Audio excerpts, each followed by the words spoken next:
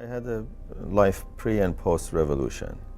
The pre-revolution life during the Shah was just a typical childhood, very social. It was me and my brother, and then later on my sister. When I was 8, she was born. Grew up as a normal child, playing the street.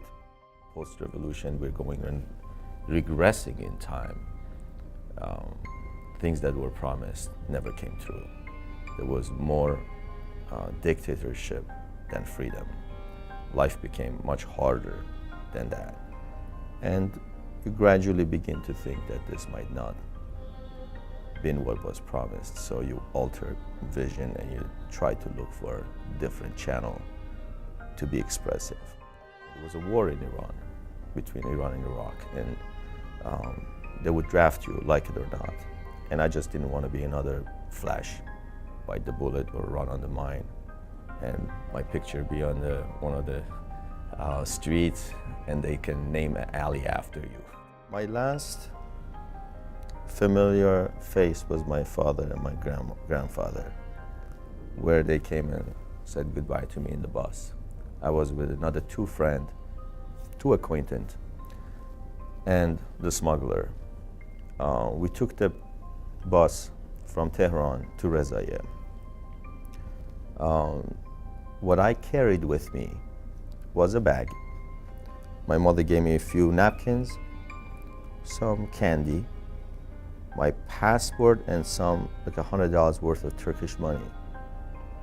And I had a revolutionary card that I had signed up as a volunteer while I was in Tehran, and I had that on top. We were 3 of us in the bus, in a small bus called minibus, and they had to stop. It was like midnight or 1 a.m. and the Revolution Guard stopped the bus, took the driver down, and I'm pretending that I'm sleeping deep, and I was nothing but sleeping.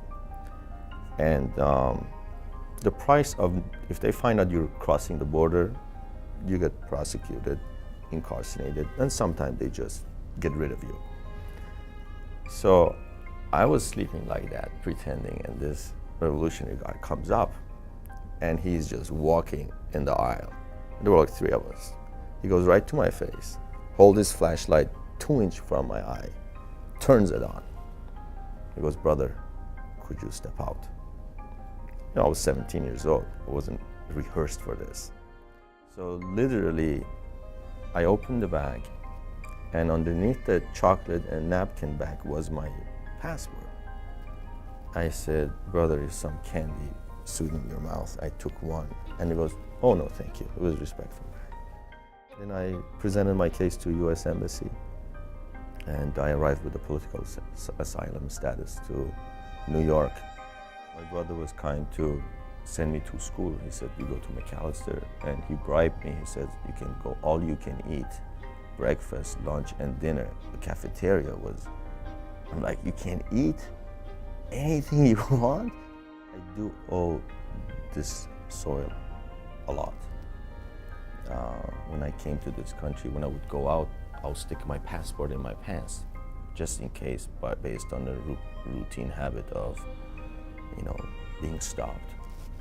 This is really a place that, for anybody who has any desire, motivation, they can really make a life for themselves. And for that, I choose to have a career that enhances people's life and wellness and balanced lifestyle using the innate intelligence. And that's what I chose to be a chiropractor. I don't see a lot of patients anymore because I'm in the administrator and I'm on the management side. But seeing my doctors giving me this testimonials that alter human life, I think that's the most precious thing that I can contribute.